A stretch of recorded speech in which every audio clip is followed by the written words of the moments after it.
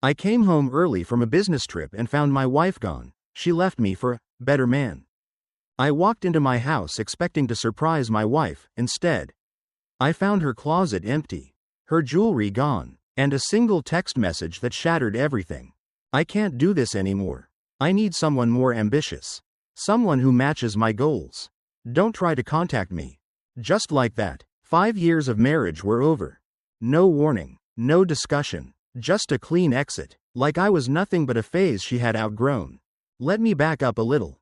My name is Liam Carter, and up until yesterday, I thought I had a stable, happy marriage with my wife, Rachel. We had been together for 8 years, married for 5, and while things had shifted over time, I never imagined she would walk out like this. But looking back now, I see it. The signs were all there. Over the past 6 months, Rachel had changed. The first red flag? Her sudden obsession with upgrading her life. She started following luxury influencers, constantly talking about power couples, about how people who really succeed surround themselves with the right kind of people. Then there were the gym sessions at high-end fitness clubs, the new designer clothes, the subtle but cutting remarks like, "Don't you ever want more, Liam? Don't you want to be someone people admire?" But I brushed it off. I thought maybe she was just going through a phase, or maybe she was stressed. I never once thought she was planning her exit strategy. Yesterday, I was supposed to return from a business trip to New York. I had closed an important deal ahead of schedule, so I caught an earlier flight home, excited to surprise Rachel and maybe have a quiet dinner together. Instead, I came home to silence. Her car was gone. Her side of the closet was empty. Even her favorite espresso machine vanished. And then, I saw the text. No apology. No explanation, just cold, calculated detachment. I sat on the edge of our bed, my bed now, I guess, staring at the empty space where she used to sleep, trying to understand how someone could throw away years together so easily. But I didn't cry, I didn't panic. Instead, I did the one thing she never expected. I called my lawyer, and just like that, her perfect plan started to fall apart. I sat on the edge of the bed for a long time, staring at the empty closet, letting the weight of everything settle in. Rachel was gone. And not just gone, she had planned this, calculated it. She did not just leave, she walked away with precision, making sure she took exactly what she wanted, leaving behind only the pieces she did not care about. But what she did not realize was that she left with nothing that truly mattered. I did not text her back. I did not call. Instead, I started making a list. First, I checked our joint bank accounts. Still active, but her name was all over them. Rookie mistake. She had left them wide open. Then, I checked the lease, utilities, credit cards. Everything was in my name. She walked out thinking she was moving up. What she did not realize was that she had walked away with absolutely no financial safety net. And the best part? She had left all her important documents behind. Passport, birth certificate, social security card, all locked in the fireproof safe she apparently forgot existed. I almost laughed, because while she was out there, living her new, better life, with some so-called ambitious man, she was also about to learn just how much she had messed up. The first text came in around midnight. Rachel. Hey, I need to grab a few things from the apartment. When will you be home? I stared at the message, debating whether or not to reply. But I knew how this worked. She was not messaging to ask about her things. She was testing the waters, trying to gauge my reaction. I did not take the bait. Instead, I sent back the only response that mattered. All communication will go through my lawyer. She tried again. Rachel. Come on, Liam, we don't have to be like this. I just need my stuff. And then we can both move on. She still thought she was in control of this. I ignored her. Then, around 3 a.m., the messages changed tone. Rachel. This silent treatment is immature. Christian says you're being manipulative by not responding. Christian. So that was his name. The man she had left me for. I exhaled slowly, staring at the message, letting it sink in. I had spent years supporting her, building a life with her. And yet here she was, siding with some guy she had known for maybe a few months, believing that I was the villain for not rolling over and making this easy for her. I turned off my phone, placed it face down on the nightstand, and lay back against the bed. I did not feel sad. I did not feel regret. I only felt ready, because Rachel thought she was walking into a perfect new life. She had no idea how quickly it was about to fall apart. The next morning, I woke up feeling clear-headed. No heaviness, no regret, just a quiet understanding that my life was no longer tied to Rachel. She had made her choice. And now, I was making mine. I got up, brewed a cup of coffee, and started going through my to-do list. First priority? Meeting my lawyer. I drove to Jared's office, my longtime friend and a damn good divorce attorney. We had already spoken the night before, but today was about getting everything in motion. Jared leaned back in his chair as I laid out the situation. He skimmed through the paperwork I had gathered, the bank accounts, the lease, the joint credit cards that I had already frozen. Then, he smiled. "Well," he said, flipping through the documents, "she really screwed this up, didn't she?" I smirked. She thought she was trading up. Turns out, she just ran out with a gym bag and a dream. Jared chuckled. "So, she left without notice, moved in with another guy, and now she's texting you like you owe her something?" "Pretty much." He nodded, scribbling notes. "Good news for you. This makes the divorce incredibly straightforward. You keep the apartment, you control the finances, and since she abandoned the residence without legal agreement, we can argue she forfeited her claim to any shared assets." I leaned back, exhaling slowly. "So she gets nothing?" Jared smirked. "She'll get exactly what she deserves." By the time I left the office, I felt lighter. I wasn't looking for revenge. I wasn't out to ruin Rachel's life. But I was damn sure she wasn't going to ruin mine. Later that afternoon, I finally checked my phone. More texts from Rachel. "Rachel, I need my passport for my new job. Can you leave it somewhere for me?" "Rachel, why are you being difficult? It's just paperwork." "Rachel, Christian says you're legally required to give me my documents." I stared at the messages, shaking my head. She still thought she could dictate the terms. That I would just hand things over and make this easy for her. I sent a single reply. "Your lawyer can contact mine. Have a great day." Then, I blocked her number. That evening, I met up with Jared and a few friends for drinks. For the first time in weeks, I wasn't thinking about Rachel. I wasn't worried about what she was saying, what she was doing, or how she was justifying this to herself. I was just living, and damn, it felt good. Meanwhile, Rachel was about to learn a painful lesson. When you burn bridges, you better have a solid plan for what's on the other side. She didn't. The next morning, I woke up to another wave of missed calls and texts, but this time, not just from Rachel. Her sister, Emma, had tried reaching me 3 times. I hesitated before calling back, but something told me this wasn't just another guilt trip. Emma picked up on the first ring. "Liam," she said, her voice low, "I'm so sorry. I should have warned you sooner." I frowned. "Warned me about what?" She sighed. "Rachel, this isn't the first time she's done this." I sat up straighter. "What do you mean?" "She did this exact same thing to her last boyfriend before you. And the one before him." I clenched my jaw. "She told me her last relationship ended because the guy was emotionally unavailable." Emma laughed bitterly. "That's what she always says." "The truth? She left him for a guy who drove a Porsche and had a high-rise apartment. Turns out, it was all rented, and she came crawling back a few months later. But by then, it was too late." I exhaled slowly, letting that sink in. It wasn't just me. Rachel wasn't just having some epiphany about ambition. This was who she was. A woman who jumped ship the second she thought she could find a better deal. And now, she was trying to do it again. Emma hesitated before continuing. "She's freaking out. Liam, Christian isn't who she thought he was." I smirked. "Let me guess. His success isn't as real as he made it seem?" Emma sighed. "He's drowning in debt. His luxury lifestyle, all maxed out credit cards and favors from his parents. Rachel thought she was stepping up. But now she's stuck in a tiny apartment with a guy who can barely afford rent." I shook my head, not even surprised. Rachel had always chased status, not stability. And now that her perfect escape plan was falling apart, she was scrambling to fix it. I leaned back, rubbing my temples. "So what do you want from me?" Emma? She hesitated. Nothing. I wanted you to know. And maybe, a small part of me hopes you won't make it easy for her.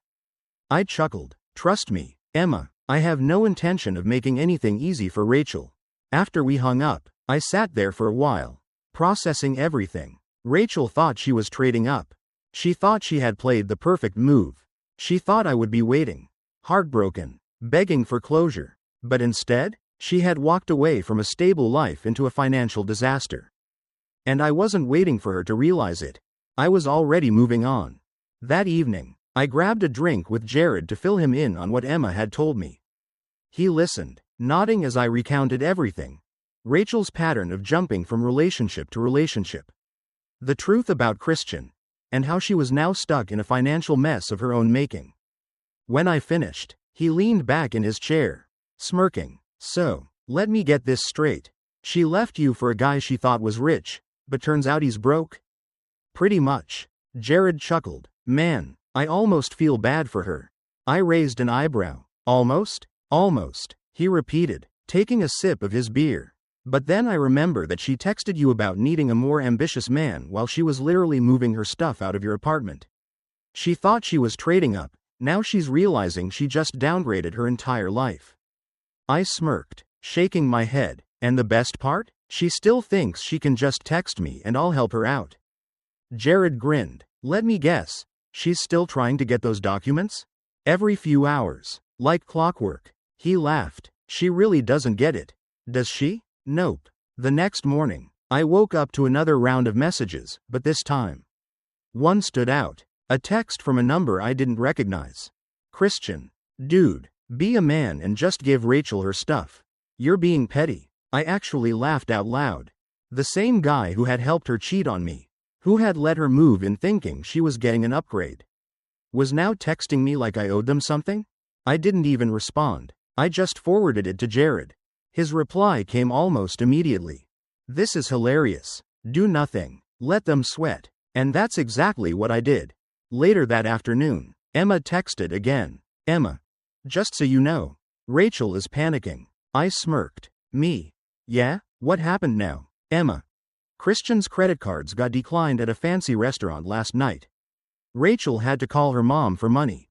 I shook my head. She had walked away from a stable life, a solid financial future, and someone who actually cared about her, only to end up broke, embarrassed, and depending on her parents again.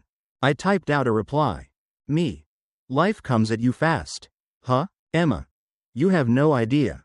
And for the first time since all of this started, I realized something. I wasn't angry anymore. I wasn't bitter. I wasn't waiting for Rachel to crash and burn.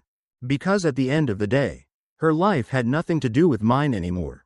And that felt better than any revenge ever could. The next few days were quiet, at least on my end. I focused on work, hit the gym, and even started hanging out with people who weren't mutual friends with Rachel. A refreshing change from the awkward small talk and fake sympathy I had gotten from some of them. Meanwhile, Rachel's life was falling apart in real time.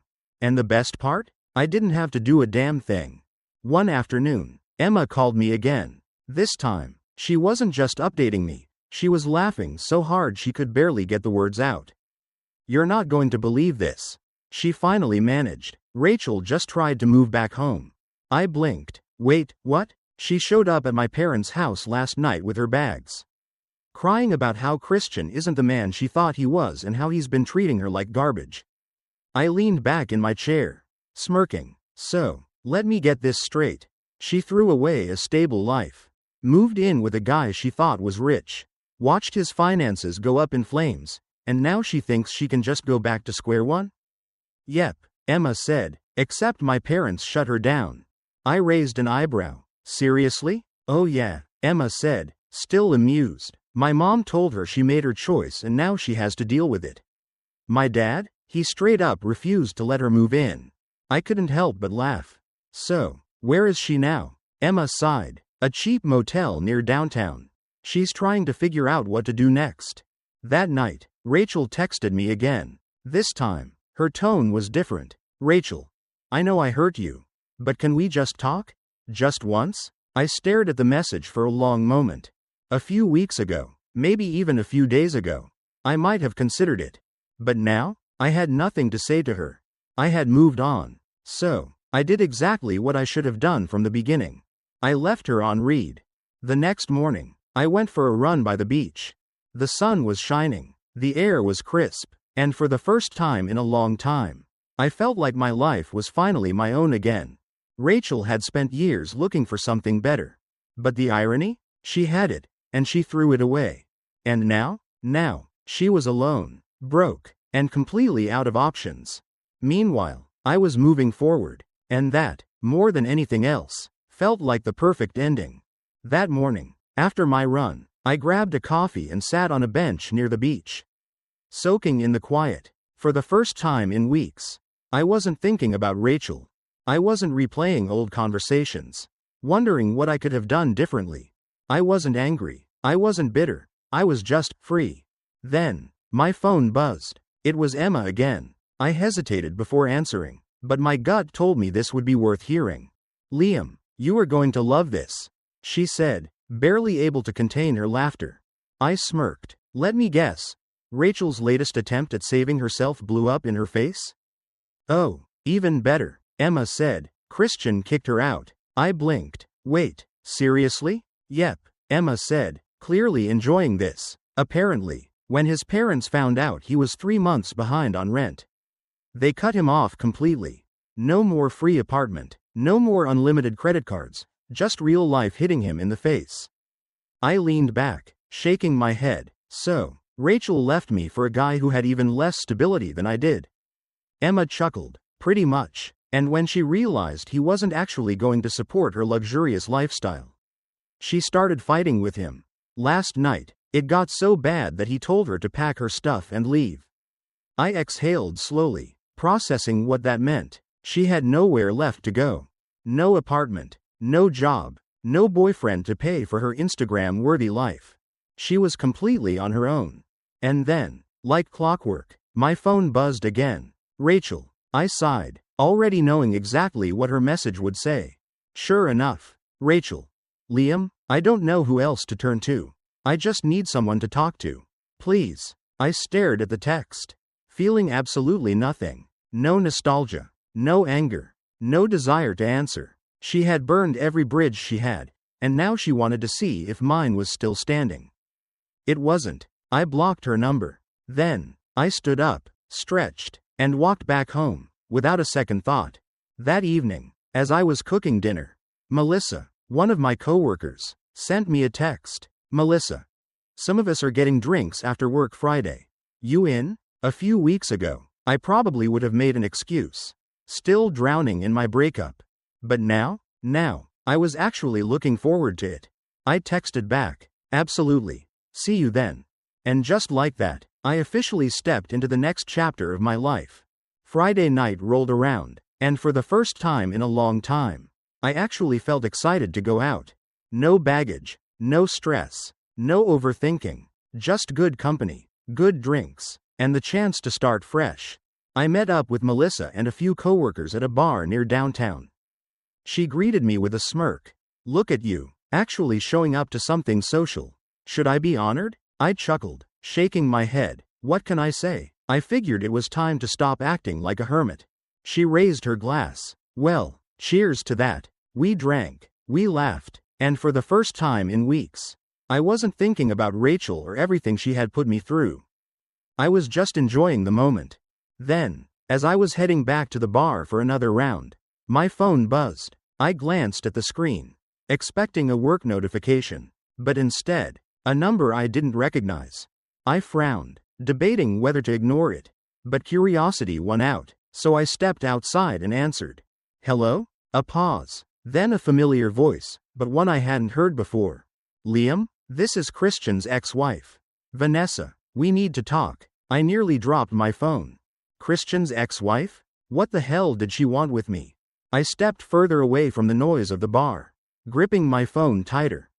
Okay, what's going on?" She exhaled. "I know we don't know each other, but I think you should know the truth about what's really been going on with Christian and Rachel." I felt a strange mix of curiosity and wariness settle over me. "Go on," I said, She hesitated before speaking again.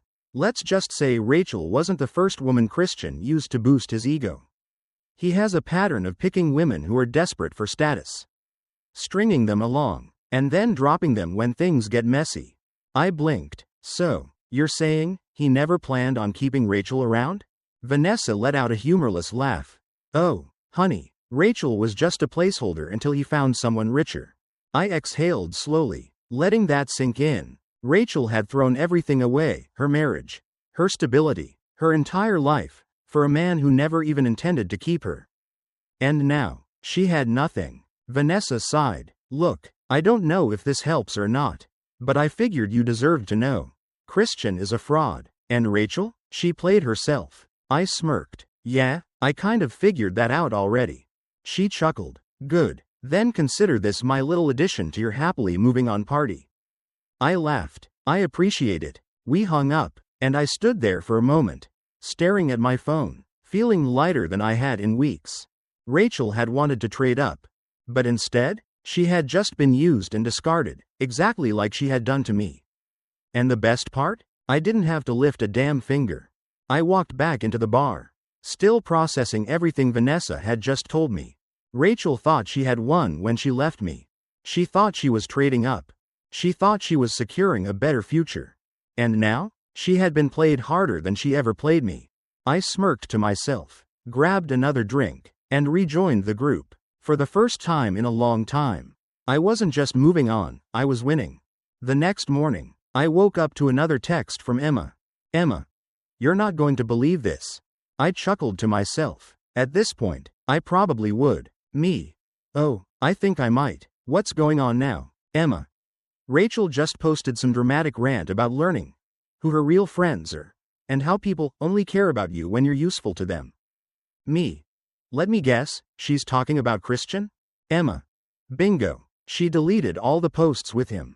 Every single one. I shook my head. It was so predictable. She had burned every bridge behind her, and now she was realizing that no one was waiting on the other side. A few hours later, I got a message from an unknown number. I already knew who it was before I even opened it. Rachel. I know I don't deserve your forgiveness. I don't know who else to talk to. Rachel. I made a mistake. Liam. A huge one. Rachel. Can we just meet for coffee?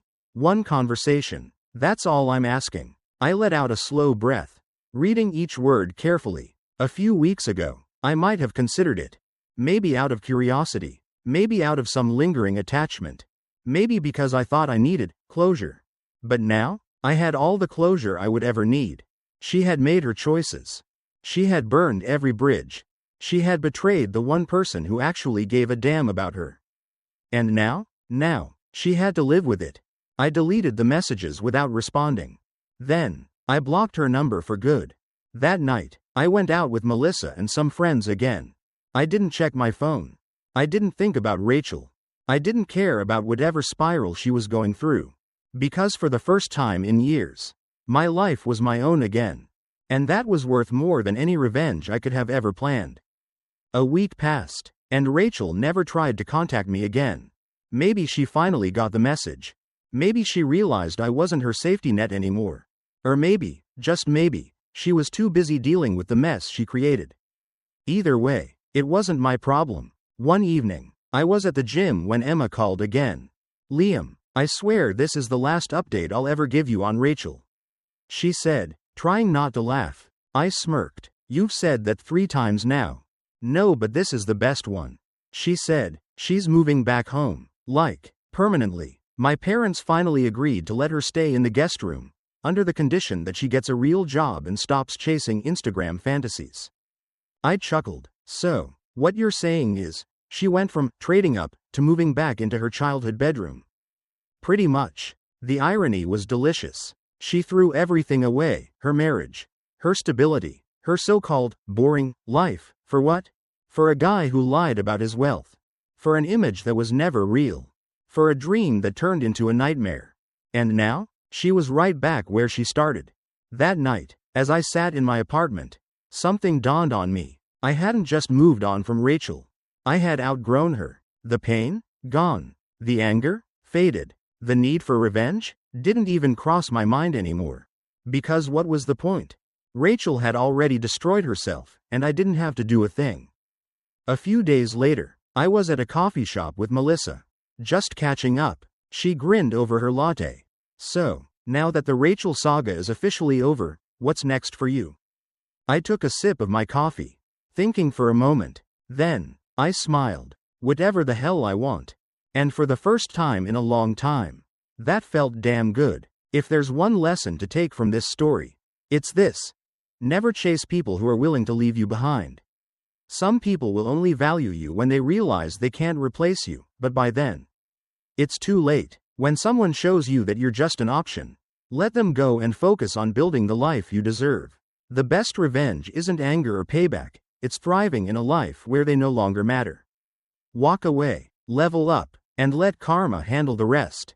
Because in the end, the ones who betray you always end up destroying themselves.